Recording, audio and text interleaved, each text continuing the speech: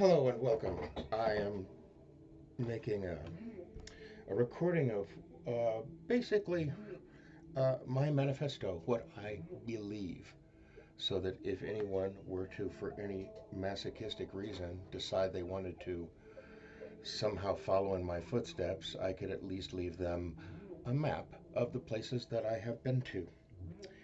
This is beautiful. He's so good. He's always lead with a kitten and end with jazz hands. So this is Callisti. He was supposed to get his second round of vaccines and dewormer this morning, but he did not because somebody screwed up, and it wasn't me. But we do have an appointment, and that will happen, and he will also get snipped soon, as will his sister get her spay. Anyway, kitten power. Oh, I love this guy. Born May 21st, I believe that makes him a late Taurus, almost right on the Gemini cusp. So it should be an interesting personality for a cat. Oh, this. I made this. Yep. I worked at a booth at the Renaissance Pleasure Fair for several years for a woman named Lisa something. And I watched her make her leather masks. And in fact, the year before that, I think, worked at the Leather Rose booth. So I had watched both of these artists, um, how they crafted leather, how they worked with it, and I learned how to make leather masks. I also made them out of other materials, velvet, and I don't think I made any out of corduroy, but I did make some suede, which works very nicely. Um, I actually want to talk about my spiritual path.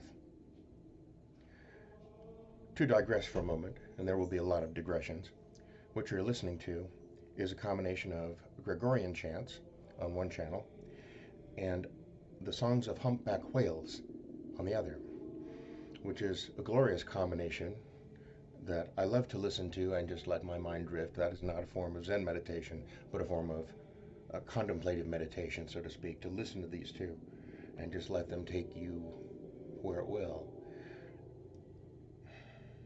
I think I was about 15 or 16 when I started looking into things like I remember my mother gave me a book by Ruth Montgomery called Here and Hereafter, which talked about people who had lived past lives and reincarnation. Um, it was about that time, I don't know how I discovered it, but I got into the Jane Roberts Seth Speaks series, which I believe was like the Seth Material, Seth Speaks, The Nature of Personal Reality, and there was a few more after that. Um, it was an interesting take. I would be interested to go back and read it now that I'm 63 rather than 16 and see how it appeals to me. But Mom always talked about reincarnation and how that's pretty much what she believed. I was raised up till like sixth or seventh grade, or not that high, sixth or seventh year of my life in the Southern Baptist uh, Church in San Bernardino. So I had a basic Christian upbringing. Christmas and Easter were important, but my family never really talked about religion at all. Hey, everyone should have a kitten. Let's skip ahead a few years. In late high school and early college, I took a lot of Western philosophy, which is basically talk about talk and a complete waste of time. Um, in my early 20s, I started to get more into Eastern religion, and very shortly after that, American paganism and witchcraft. Um,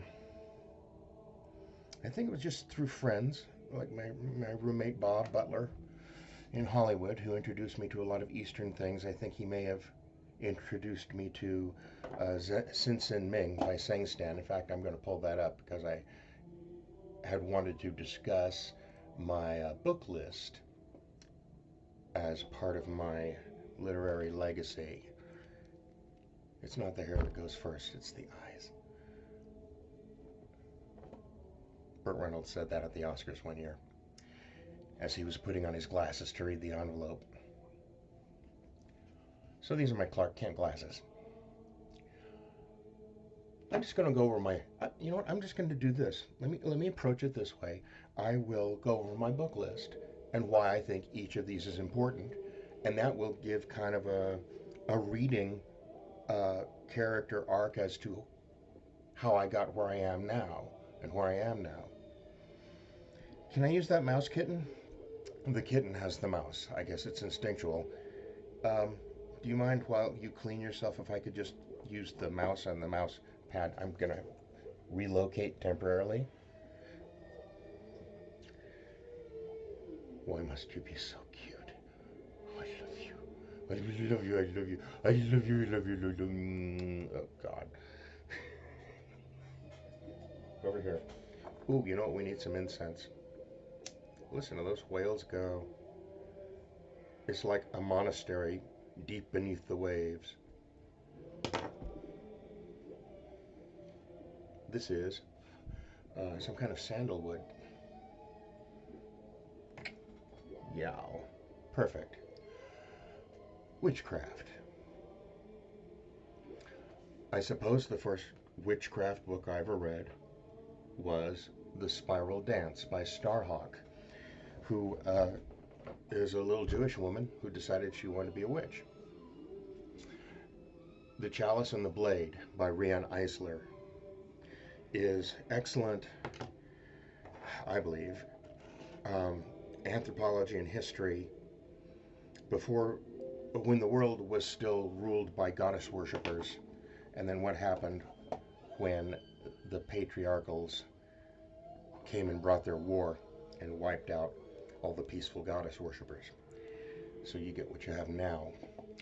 Drawing Down the Moon by Margot Adler, the poet, the writer, The Handmaid's Tale, is an excellent overview of witchcraft and paganism in the United States and all the different kind of sects, denominations, what have you, of craft. Bullfinch's mythology, I believe, is essential to anyone who wants to work in the craft, because the archetypes, especially the Greek and Roman gods, are so essential to the craft, are so essential to understanding human psychology. The Mabinogion, so you can learn about Taliesin and Welsh mythology. That's a personal favorite. La Morte d'Arthur by Malory, and Idols of the King by Tennyson, so that you can learn Arthurian legend, which is going to be really important if you choose to go into a Wicca witchcraft path or paganism. 3 books on anthropology by Joseph Campbell. The Masks of God series, this whole series actually, Transformations of Myth Through Time, and especially The Hero with 1,000 Faces, which George Lucas credits with, he drew on that a lot for Star Wars. Walden by Thoreau. That's not even in a category, it's just alone by itself here on the list. From the East, start with the Tibetan Book of the Dead. Get a good translation that you can understand, and I recommend the translations by Evans Wentz, W-Y Evans, not W-Y, okay, Evans Wentz, hyphenated, E-V-A-N-S hyphen W-E-N-T-Z. He also translated the Tibetan Yoga and Secret Doctrines and Tibetan Book of the Great Liberation. I would get all 3 of these if you're serious. Oh, and his translation of the life of Milarepa. I have not read the whole Bhagavad Gita, but I would recommend it. Some of the Rig Veda is eye-opening. Definitely the Upanishads. A good American way to start is The Journey of Awakening by Ram Dass, or Be Here Now. I don't even have that down here. Be Here Now by Ram Dass. Crucial, I think, is Sin Sin Ming by Seng Stan. It's HSSN. Minhsin, Ming, by Sang Stan, Sengstan, Third Zen Patriarch. These are basically stereo instructions on how to do Zen meditation. If you get this poem, it is all you will ever need. I thought it was so important that I memorized all 15 minutes of it so that I could recite most of it. The Fairy Faith in Celtic Countries, also translated by Evans Wentz, is a really serious book if you are into the realm of fairy and the she. For Christianity, I would read the Gnostic Gospels by Elaine Pagels, author of many good books, and the New Testament translated from the original Aramaic by George M. Lamsa, Lamsa. For just fiction, I've only got a handful here, and I'm going to cringe for the ones I left off, but okay, read the complete works of Shakespeare, the complete works of Edgar Allan Poe, the Iliad, or the Aeneid, and the Odyssey, Neuromancer by William Gibson, the complete works of Edgar Allan Poe, Lord of the Rings by Tolkien, The Name of the Rose by Umberto Eco, 1984 by George Orwell, Moby Dick by Melville, Dune by Frank Herbert, and The Prophet by Khalil Gibran.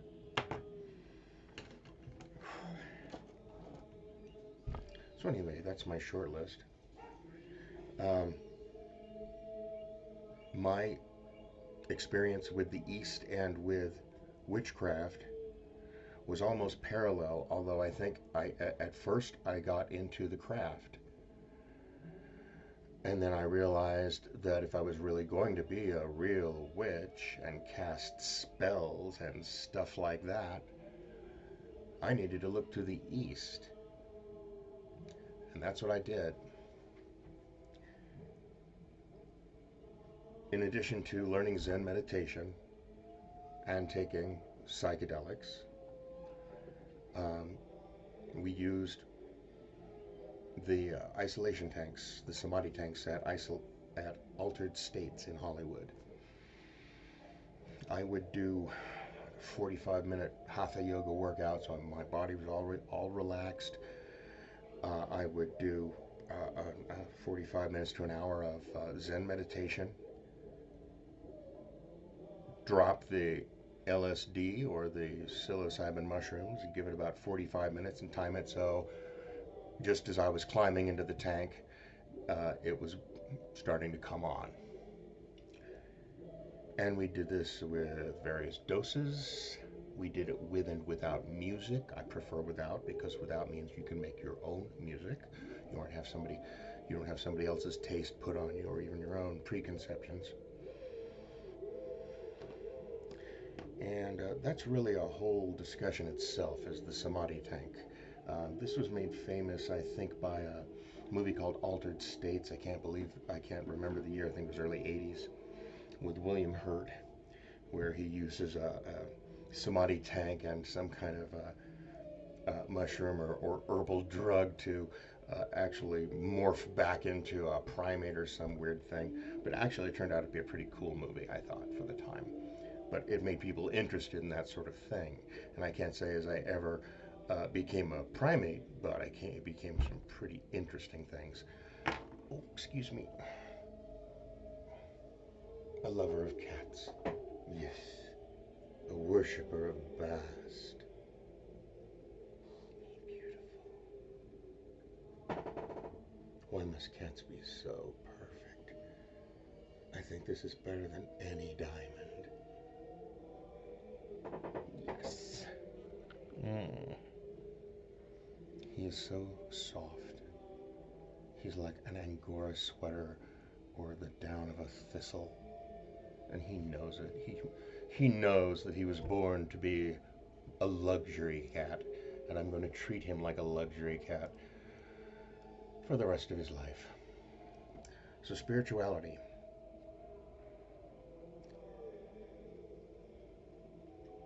Where was I by the late 80s? I had almost finished with Renaissance Fair by then. At least we moved away. I wasn't with Drenchowinch anymore, and we had moved site to San Bernardino.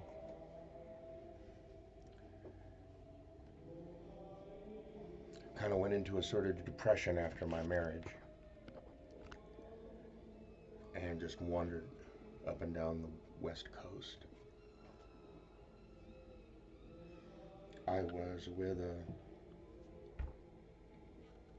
a coven, me and two girls,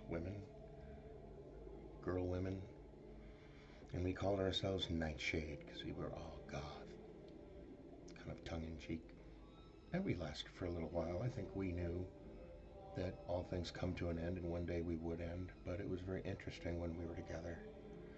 There was some really magical, strange synchronicities, if you want to call them that.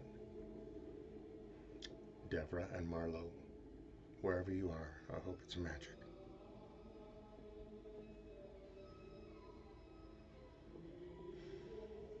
I kind of fell off the spirituality wagon in a certain way, and I didn't.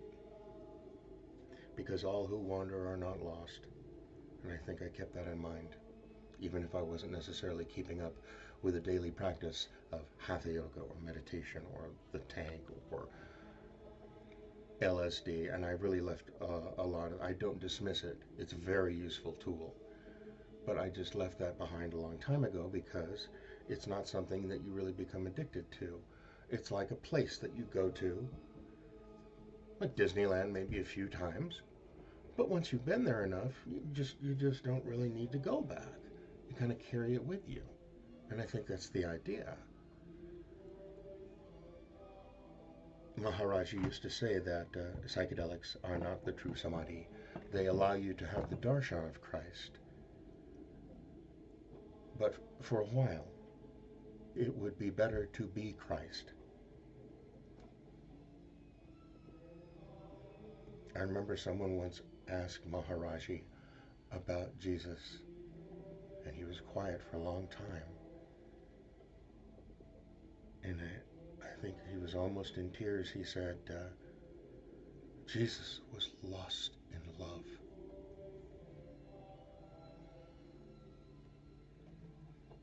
I have a personal relationship with Jesus, which is why I am not a Christian.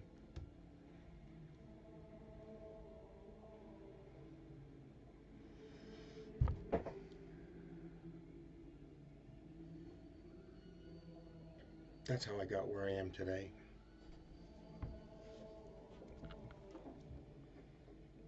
Whether then, I cannot tell. No, actually, I'm getting a lot of previews. All kinds of previews. Even spoilers. I'm being reminded of promises I made a long time ago.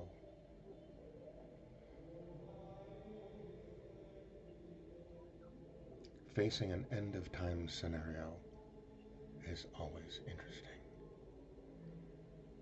But if you were here at the beginning, you almost kind of want to see how it ends, even if you know it ends. And there's so much more after all this. Earth is just the staging area. I see so much hope. And there's going to be a lot of sorrow. It's not going to be important how long you survived, because I guarantee you the worst people will be the ones who survive the longest. The ones who stop to help children, the elderly, disabled. They'll be probably the first ones to go. And that's a blessing. Don't look to save your life. Look to save your humanity.